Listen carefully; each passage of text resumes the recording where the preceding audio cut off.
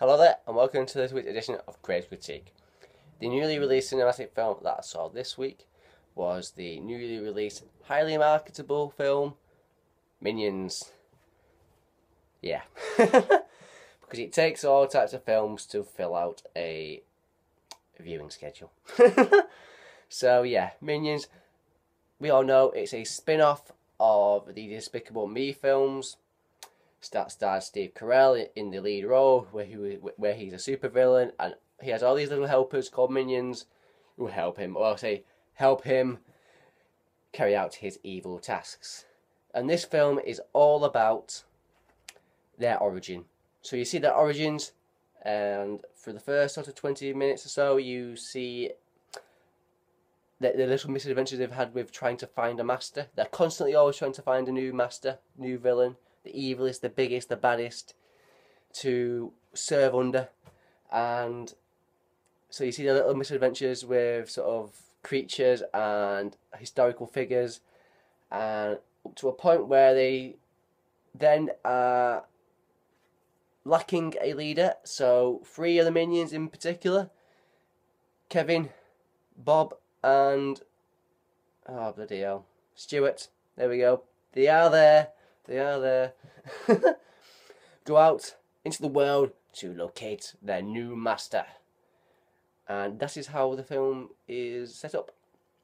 So they leave the rest of their minions behind, they go off to Steve's America, and upon getting there they see advertisements for VillainCon, their biggest convention for supervillains in the world. Of course you're going to find who your new evil master there, surely.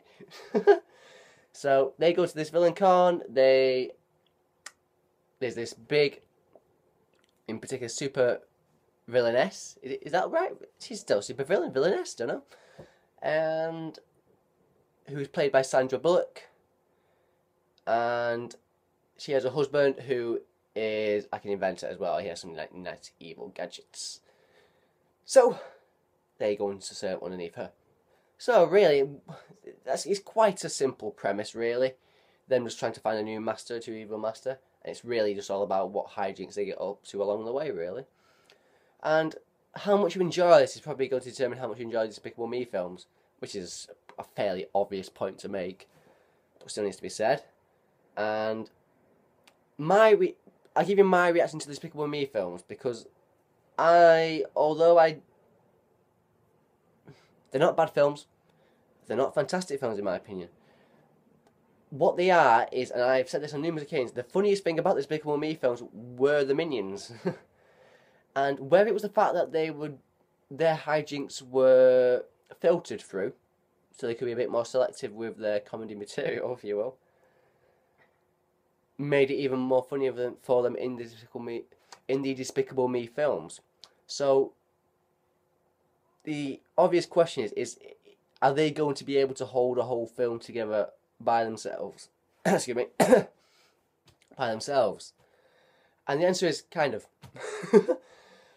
It's not overly hilarious, but I did find myself laughing quite a bit, but not to ridiculously high standards, if you will.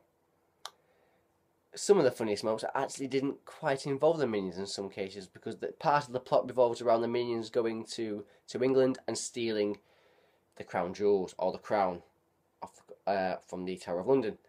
And there's many, in particular the stuff involved with that sort of chase sequence and hijinks and theft and crime, that was very, very funny, particularly with some of these contraptions that they are given by the inventor, the husband inventor of Sandra Bullock's villain, who is incidentally played by John Hamm, greatly played by John Hamm, I must say.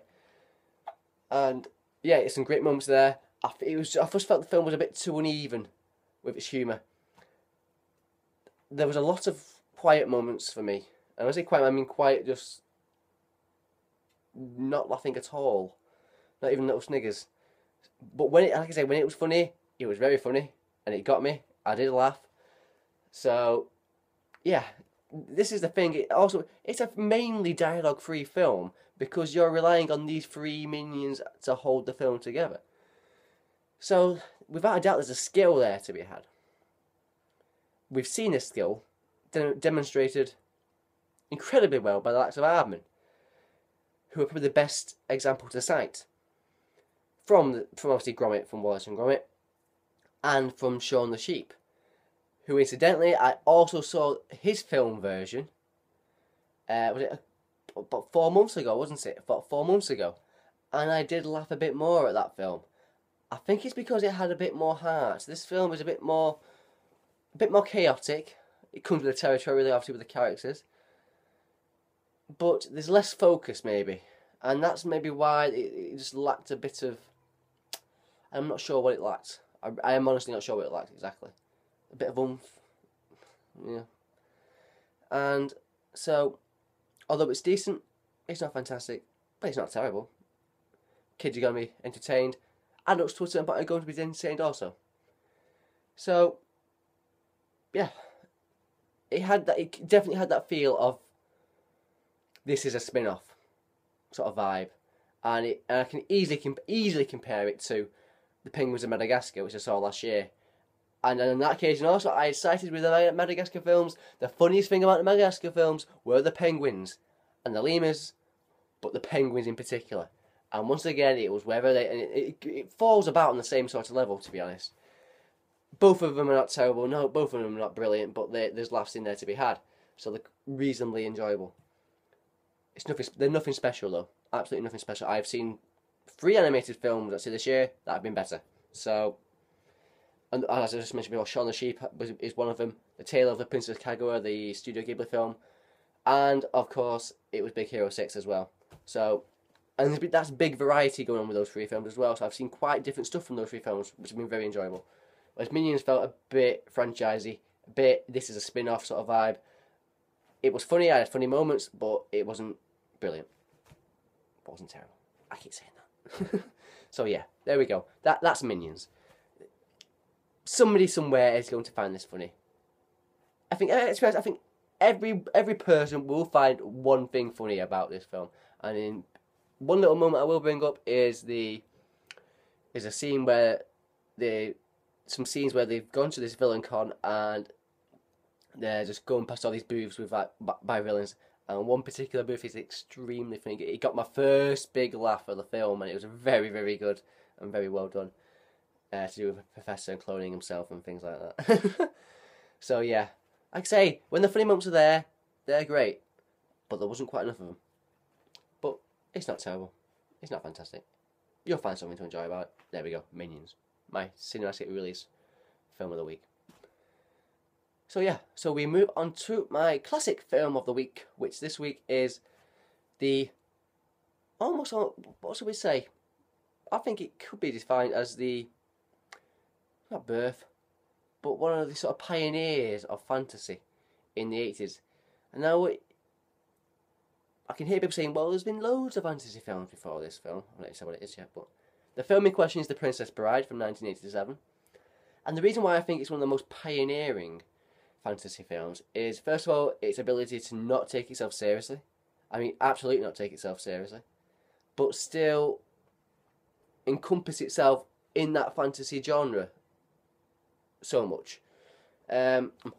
Yes, it's in its... Yeah. And the reason why I feel those are the films in the 80s, there was an absolute glut. I mean, absolute glut of fantasy films, mainly because suddenly some special effects were being made available, that were then available to obviously filmmakers to then go and make these sort of films. So prior to something like The Princess Bride, you'd had things like Krull, which was quite... I think it was quite bad. You had something like Legend, that's Tom Cruise, that felt very uneven, had good points, but was very uneven. Dark Crystal was probably the biggest pioneering of the effects, the prosthetics and the puppetry and things like that, which was very interesting to look at. Whether the film overall was a great film, I'm really not sure about. And you had Labyrinth, I think, was the year before this, before The Princess Bride. And you know what, Labyrinth probably could also be labelled with that sort of encompassing the fantasy genre, but also not taking itself too seriously. My God, yeah, I don't want to talk about too much about Labyrinth because I'm not talking about that film, but that's actually one of the better films actually. a year before. But this was going completely for the comedic angle, and it was extreme. Princess Bride is extremely well done on that from that aspect. So, what's the story? The story is we have a farm girl who has we have a girl who has a farm boy apprentice working at a farm, and they come to. It's pretty much explained in the first opening scene, so that their relationship is at first amicable, but he clearly loves her, and she grows to love him also. So he then goes off to find fortune, so they can get married and build a stable relationship together. Unfortunately, while he is away, he is accosted by a notorious pirate, and is presumed dead because this pirate never leaves anybody alive. 5 years go by, and this princess reluctantly agrees to marry a prince of the land, who is about to become king. Of course, this prince is not a good guy at all, because this is a fantasy. An evil prince. And what occurs pretty much next is that she is kidnapped by some thieves, and who are played by come on, Wallace Shawn, who is a dwarf Sicilian, Andre the Giant, who is, well, giant, and who else? Mandy Patty, can't say his name, Patinkin, who is a Spanish fencer. And his role in this film is very key. And his character has many funny moments and funny lines. And the key story of his character is that his father was killed by a six-fingered man, and he has been searching for this man for years. And once he gets to see this guy, he reveals his immortal catchphrase, and one of the most quotable lines in film history, which is, "Hello, my name is Inigo Montoya. You killed my father. Prepare to die." Which is one of the coolest lines in my fantasy in any film ever written and ever performed. So these thieves, Wallace Shawn is really the only proper bad guy of these three thieves. The other two are just sort of trying to pay the bills, if you will. They have been followed by people linked with, obviously, with the prince to try and get her back. Well, get her back. Oh yeah, I suppose it a bit, but okay. And this other mysterious man in black. Yeah, I think we all can realise that this man in black, of course, was the fanboy in question, who's played by Carrie Ools, who oozes that pretty boy hero nature that is needed for this sort of role. And he goes through many sort of little battles before he gets to Wallace Shawn with Andre the Giant and Mandy Patinkin. Very funny moments, great little wit in between these duels and things. And yeah, he then gets to the princess, gets her back. I'm spoiling this whole film, aren't I? I won't say no more about the plot, but I think you're going to guess that at some point it's going to come down to a sort of fight to get her back from the prince. But yeah. So the reason why this is so good, like I say, is the comedic angle of this film, because it doesn't take itself so seriously, and for that it's all the greater. Like I say, there's so much great wit and lines and dialogue, be it from Wallace Shawn, be it from Carrie Ools, or be it from Mandy Patinkin or Andre the Giant, or Christopher Guest, who is, well, I won't tell you who he is, but he is a significant role in this film. See some of my previous character descriptions. And Chris Sarandon, of course, who plays the prince. Just to obviously mention that Robin Wright plays the princess, which is quite notable considering where she's gone as an actress, really. From the princess to certain, yeah, I won't say anymore. Yeah. So the comedy is great. The performances are great. It's an hour and 40 minutes long. It's perfect. It's perfectly timed, perfectly written. It's funny. The effects are great, actually. I really love the effects in this film, be it be it like these giant rodents or these, is it shrieking eels? I think they were really good for the time and really entertaining.